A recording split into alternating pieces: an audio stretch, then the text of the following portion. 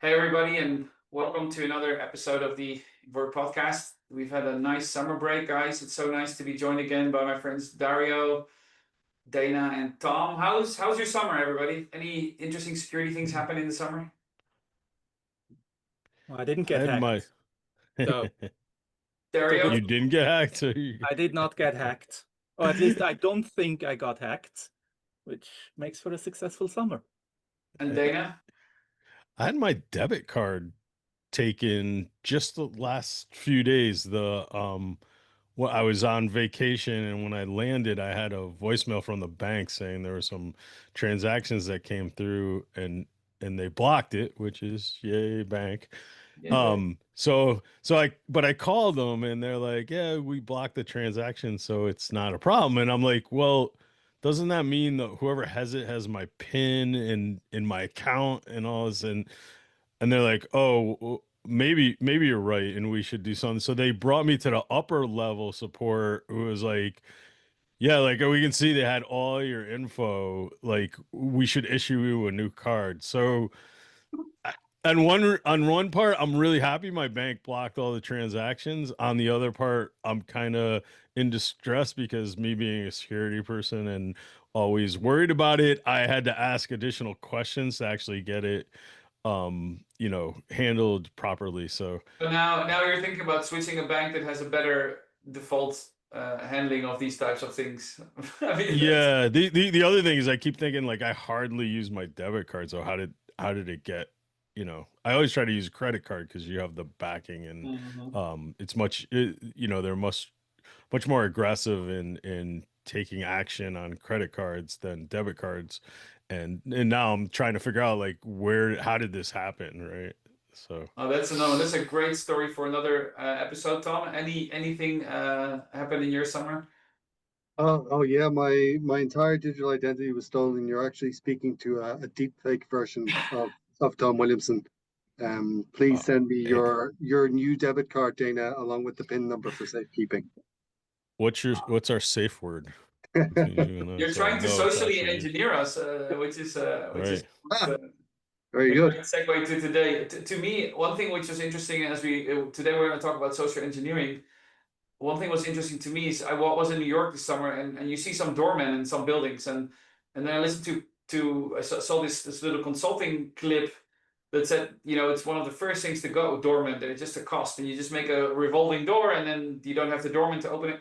But their function is not to open the door. Their function is to actually keep it clean around, and like spot who's going in and out. They know when something is wrong, and so actually, yes, the cost of a revolving door might be less than a person standing there, but the benefit is also different, and that's not always fully recognized, especially in security. And then, 3 days later, we were in New York, and this horrible.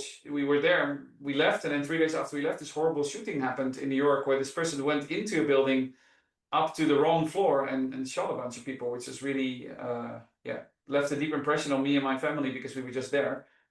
And I'm not sure the doorman, if there was a doorman there, but that was definitely could have had a doorman defense. So yeah, that was interesting. Let's go into the subject of today, because we are pressed for time. And one of the things we've seen happening more and more is what we call social engineering. And Dario, I would like to ask you, can you define what social engineering actually is?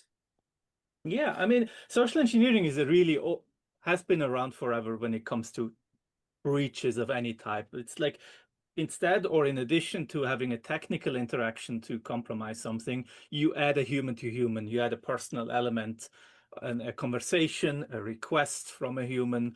It could even be an in-person conversation that aims to get additional information, either for reconnaissance, like gathering information, or really just gathering the information of what you want to steal, credentials, access cards.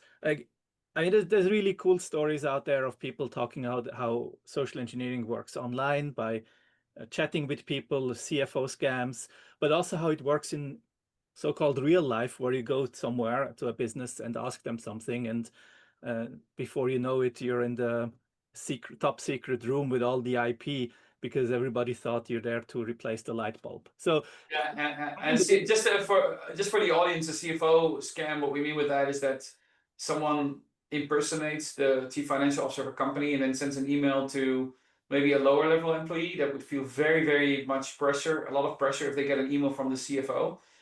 And then they just say, hey, please just wire $1,000, which feels like very little for a big company. And it looks like it comes from the CFO, and maybe they make then maybe they make the email really sound like him or something like this, or her. And then the employee wires $1,000, and then it turns out it wasn't the CFO, and or a small, like intercepting a transaction and then getting someone to change the destination account.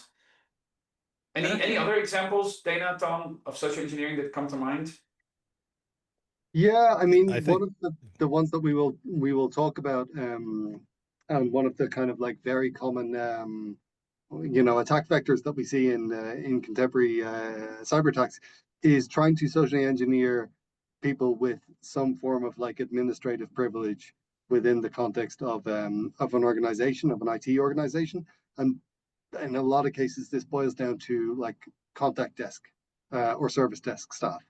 So a lot of those people will be kind of empowered to do things like password resets or MFA token resets, which, as we'll discuss, is a very impactful privilege to have, but because it's also one of the most kind of commonly occurring tickets that any organization ever sees, needs to be distributed amongst a large volume of people. So that's a really common vector that you'll see for social engineering attacks. And like, how would that work, right? Let's say that you want to do a test with your employer. We call this a red team in the industry. You red team it, right? You have a team on your company attack your own company to see if the defenses work. So let's say that you would want to tell someone how to like scam. Like, how would this work? I call up the help desk. I say, hey, I'm John Doe, and I've lost my password. Can you help me? Or like, how would that work? Yeah, precisely. So, I mean, you can basically try and assume the identity of the person through OSINT, through open source intelligence gathering, whereby you can find someone who works at a company through LinkedIn. You can probably find their email address also through LinkedIn. You can maybe scout Facebook or something else for their address or the area in which they live, just in case, or potentially like the names of family members or so in the case of like a security control question. And using that information, you attempt to get the service desk to reset you with a temporary password. So block out the current legitimate password, issue a temporary password whereby you go into the account, you then change the password again to something known by you, and you're off to the races. Yeah, and you don't need to actually go after the help desk of the user, right? Or after the account. This famous story that I always use is this TechCrunch journalist that gets hacked, right? And they are on the couch one night, and all of a sudden they get signed out of all their apps and of their phone. This is a pretty old one. You can search for it. It's like 2007 or 2008, and they haven't socially engineered whoever managed their accounts. They had actually gone to their telco provider, which I don't know which one it was, but they socially engineered the person working for the telco provider to send a copy of the SIM card. And so that means, I could ring up a telco provider and say, hey, I'm Dana, and this is my number. Of course, I would have to know your number and everything. And I've lost my SIM card, or I need a second one for testing, or whatever. And then they're like, sure, we'll send you one to your house. And then I load it in my phone, and I'm off to the races, right? I do it at the middle of night when I think you're offline, and when you wake up in the morning, I own your life, right? So then I don't socially engineer whoever owns your account, but I go to a second one. Just a Dana, couple do you years have ago, they any had. examples for any recent examples that stand out to you? Well, I was along those lines. I think like attackers are looking at what's the easiest way to do it, and so for the SIM swap, I saw just a couple years ago that they would go not only just call, but then it was easier to go into a store and pretend you're the person because the agent has the power to then like you can say, oh, I lost my SIM card, can you just give me a new one for the account? The human you're interacting with believes you, and they have the power enough to do the SIM swap, and then they can do it. So the scam like took a turn as the telcos tightened up like the online part of it, but the in-person part of the security was still lacking, right? So That's right. That's yeah, right. you have to be vigilant. And the other recent examples, if not, I would love to understand what are some of the mechanisms that are like being used to trick people. Well, we saw I posted an article that the scattered spider uh trial was going on with the ransomware group, and in the court documents that were unsealed, it turns out that group actually hacked the judge conducting the trial through social engineering by reaching out. The court was using a third party service to do password reset, so they social engineered them to get in the judge's account to read all the emails and the actual court documents, so they understood what was being brought against the rest of the group. Wow. So another attack that where every system worked perfectly, it was the human who was convinced by another human to do something with the system that was Right. that weren't supposed to. That's a really interesting one. I think what Dana points to as well, and what you'll see, for example, also arising out of the recent Marks and Spencer's outage, which was the result of social engineering, is that, like, from an organizational perspective, when you talk about like your attack surface here, a lot of people use third parties to do kind of like service desk and like managed identity services. So you may not even have this under your direct control. Let's say in terms of like, let's say rolling out kind of resilience training for your employees or so. In a lot of cases, it certainly doesn't matter because it's being done by someone else, and that's where your risk Right. actually manifests for your organization. And for those of you listening or watching, Marks and Spencer is a grocery chain in the UK that got breached, and they weren't able to put groceries in the shops for some time. I have friends who couldn't go and buy groceries in their local shops in London, and of course, we wish the team there all the best as they recover from that. But Tom, you said that went through social engineering. Do you know more? Do you know exactly how it went, or? No, the full details aren't yet available because it's a relatively recent incident, but it is widely reported that it went through social engineering of a third party support provider. Dario? I think what we see is really this taking advantage of roles within organizations that are meant to help people solve problems like regaining access. It's the help desk employee that their success metrics are first time resolution, first caller resolution, like can I resolve that person's call? And then the attacker comes with a sense of urgency, the same way that phishing emails come, or the receptionist that is there to welcome guests of the company and to help like craftspeople, like vendors and such, to get in and out of the building. Like they are there to help people, and by abusing that, it is a very effective way to achieve whatever scam you want to do. It could be getting access to an email address, or I don't know, installing a Wi-Fi camera in an office building. So Yeah. you just take So it. you're saying they're abusing processes that are meant for good and where the people feel the pressure to deliver, Tom?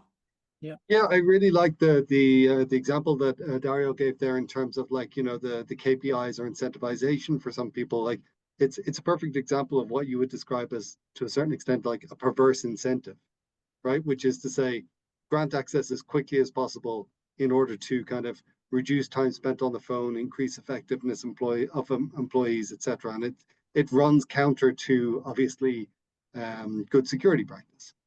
Yeah. Yeah, and I think I would love to bring the critical attacker journey from some episodes ago back into this as well, right? Like if I want to make one employee send money to another employee or to me, sorry, as an attacker, I could try and do the technical breach where I go from one account to another and I figure out how to get in, right? Or I can figure who I should talk to. And maybe get someone to set up a fake supplier in the system and then call another person and say, can you now change the account number of that or the name or something, and then get another one. And then I could socially engineer. There is this famous social media celebrity who was on CNN who basically did social engineering, and the presenter from CNN, the host, sort of signed something to let them go ahead, and they like moved seats in airplanes for them. They found their address by just calling a recent furniture delivery store and asked the address. They did a whole bunch of things just on the phone, and just by using wits, not even abusing any of the system. And so the big question is, if these are also critical attacker journeys, normally with critical attacker journeys, we would look at the funnel and we would see what can we do to make attackers drop out. And we were talking about quotas and verifications and blocking and that kind of stuff. But now the attacker journey involves humans. So Dana, I want to ask you, like, how do we defend against it? Is there some kind of approach that someone would take if they're listening to us and they're like, "Oh, I'm worried about this in my company"? What is the thinking? I think you always need to keep in mind the mantra or the idea that the your security is only as strong as your weakest link, right? Mm. And you should always keep thinking that and keep that in mind. For instance, you could be using device-bound FIDO keys, but if your recovery process allows social engineering, then your security is not very strong, right? So I think it's important that you consider and look at all the processes and everything around your security and the different attack vectors, or look at the attacker journeys to understand where these weakest links are, and then go and try and figure out how to address those.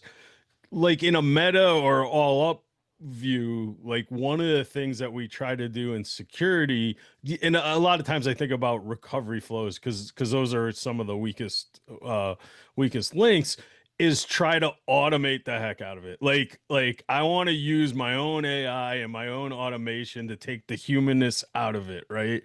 And take the decision points out of the human element of that part.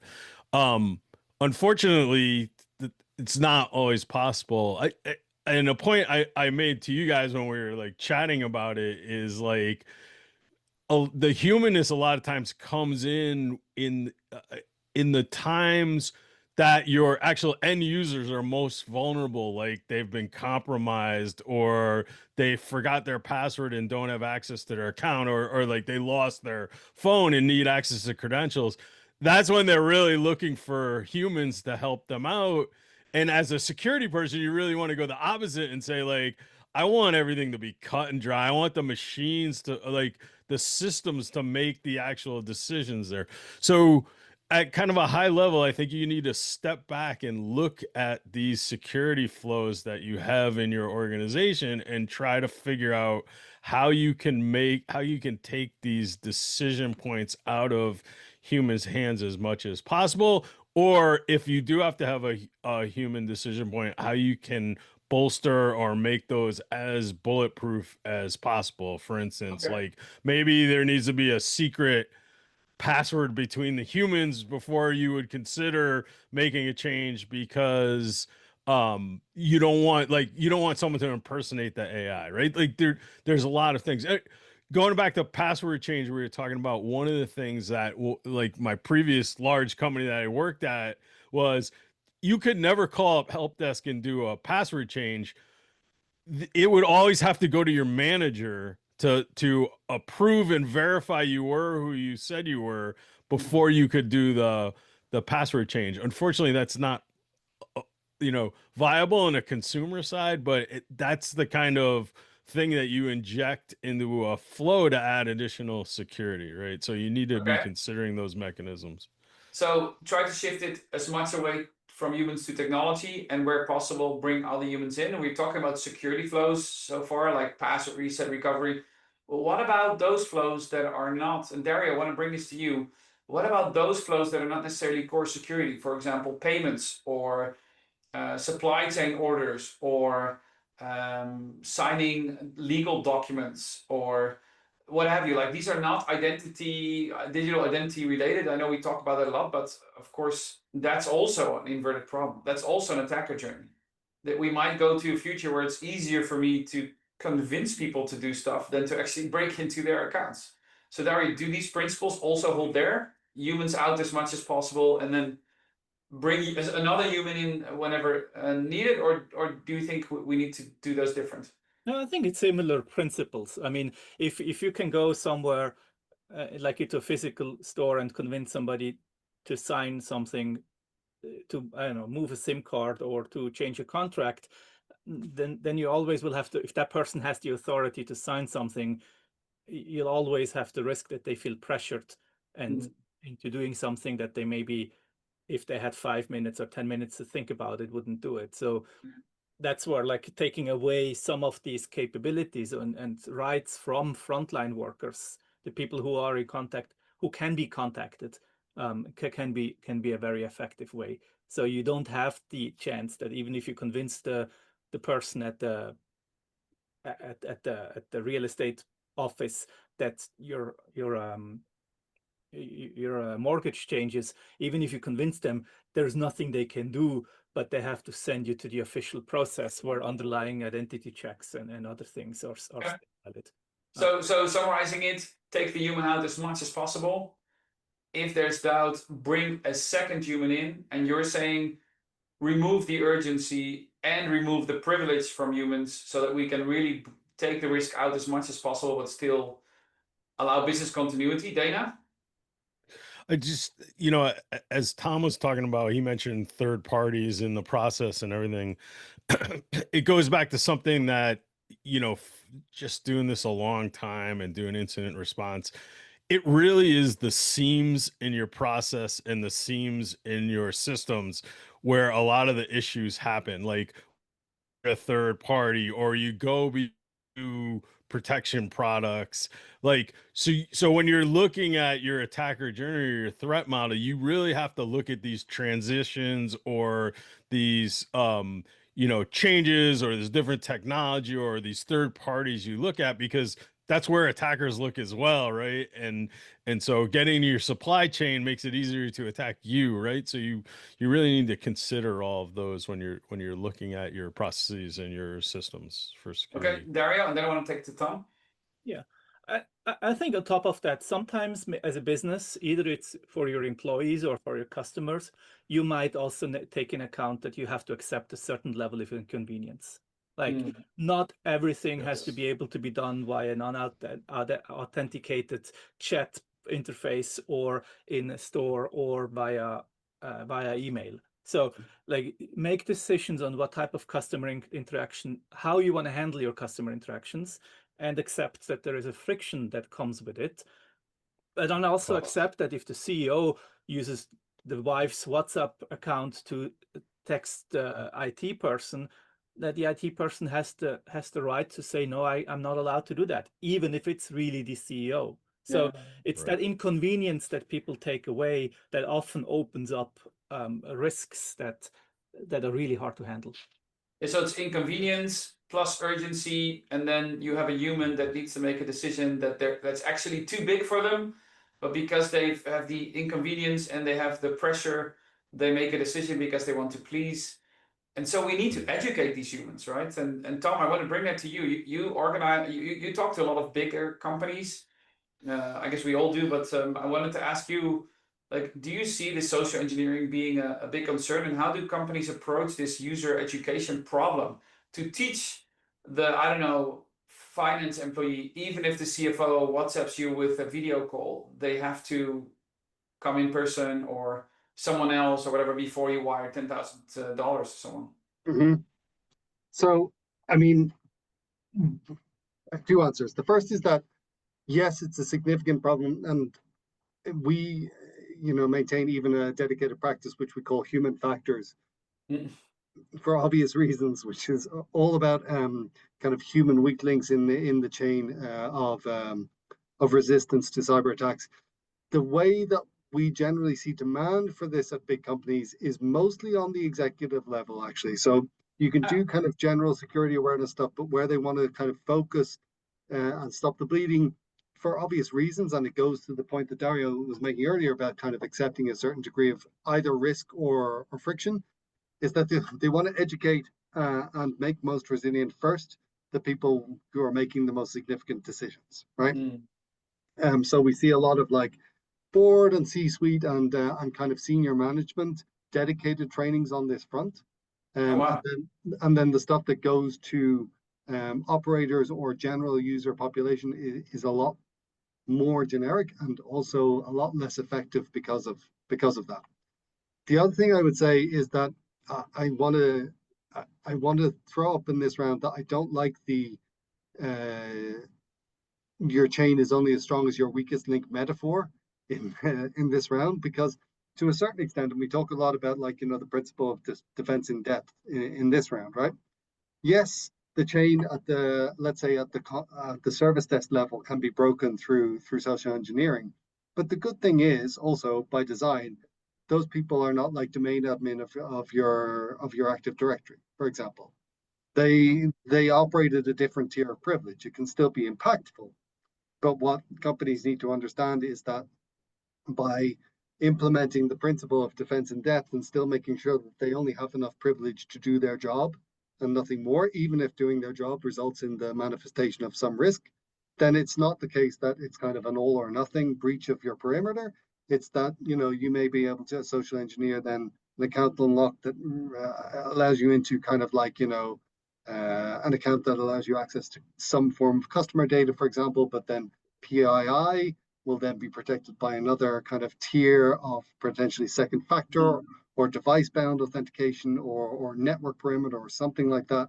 So I think it's important to understand, and we emphasize this a lot then in kind of engagements with corporates, that from a security perspective, like you need to make sure that kind of security controls are then embedded not only where people are vulnerable to social engineering, which is very important, but also then kind of rising through the tiers of privilege and sensitivity in the organization. Just to point out, then they wouldn't be the weakest link. It would be wherever they get the access to the highest privilege. Yes. Well, you right? always Yeah, you always have you always have a weakest link somewhere. Right. There's there's always a weakest link. So. But it's not fair to leave the human in that, like to accept that the human is the weakest link, because that's Right. an employee that just wants to do their job. That's an employee that thinks they're talking to the CEO, and if that CEO that's of a large company they've never spoken to, like, is that they're letting them down, that their job is at risk. So I think in the end, the responsibility on where you put that so-called weakest link is with the company or the CISO. Like if the absolutely, if you like employee accounts, if employee accounts can be phished by calling an help desk and tell them I'm in trouble, I need the password change, then that's a CISO's fault and not the employees. It's a process design question and compensating control question. I completely agree. Yeah. All right. Hey, we're getting towards the end of this amazing talk again. I wanted to end with one sort of more fun question. We've talked about social engineering, where you convince humans to do something that they're not supposed to without them knowing. And then we said some things, right? We said take the human out as much as possible, move that weakest link to a system that doesn't get scared of being fired. And if you still doubt, don't make it one human, make it two humans, and make sure that humans have the lowest privilege that they need, no more.